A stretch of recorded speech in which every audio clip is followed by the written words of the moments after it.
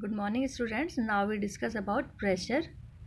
Pressure is nothing but it is equal to the force per unit area. Pressure is directly proportional to the force, means if we increase the force, pressure is increases. And pressure is inversely proportional to the area, means if we increase the surface area of any object, it means we are decreasing the pressure. If surface area decreases, pressure increases. Surface area increases, pressure decreases, inversely proportional. So now we discuss here that you are giving a tomato and two knives are there. One is blunt and another is sharper one. Which one you prefer? Yes, obviously you prefer the sharper one to cut the tomato. Why? This is because the sharper edges means less area of contact, and less area of contact means high pressure. Right? You are getting my point. So here in the case of sharp knife, the force applied by our hand is concentrated over a small area. Therefore, a large pressure is applied over the surface area of tomato and cutting becomes easier. Whereas on the other hand, the blunt knife, we applying the same force, but it is distributed over large area. Area is greater here, so pressure is decreases and the pressure applied to the surface of the tomato would decreases, hence the cutting is become uneasy. So now we can take another examples from our daily life, like uh, the tires of automobiles or motorcycle and trucks are quite broader. Do you observe that they are quite wide? Why we make them wide? Because by broadening means we are decreasing the pressure on the road, as they are very heavy vehicles, so pressure is also very high.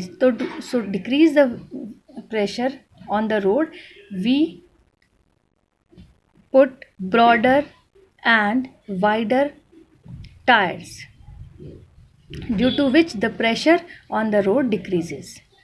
Similarly, we can see that pillars of the bridges and flyovers have broad base.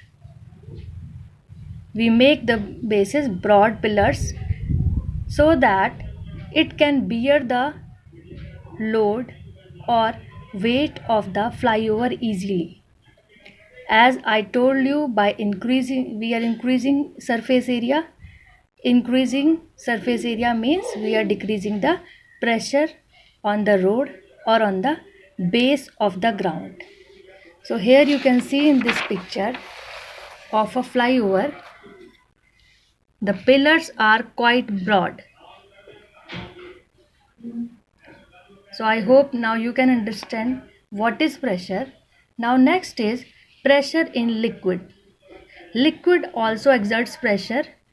Here is an activity in which we take a thermocol glass and put water on it in it, and we do 3 holes at the same height.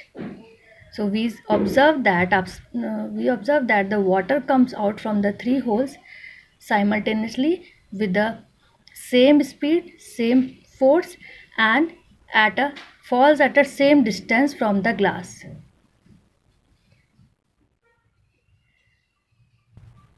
So from this activity, we observe that if pressure of a liquid remains the same if the height is same. As the height is equal of as the height of the hole is equal,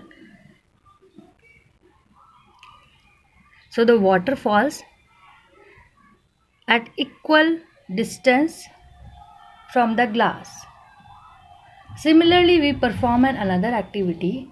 In this activity, we change the depth of the holes.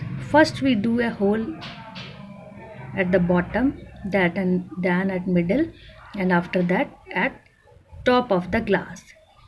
And again put water. We observe that the water from the depth hole comes with very high force and at far distance from the glass. Water stream from the second hole is come closer to the glass, and water from the top will comes nearer to the glass. The streams are in different distance. So from here we conclude that the the pressure of the liquid depends on the depth of the liquid. Means as we increase the depth, the pressure of the liquid increases.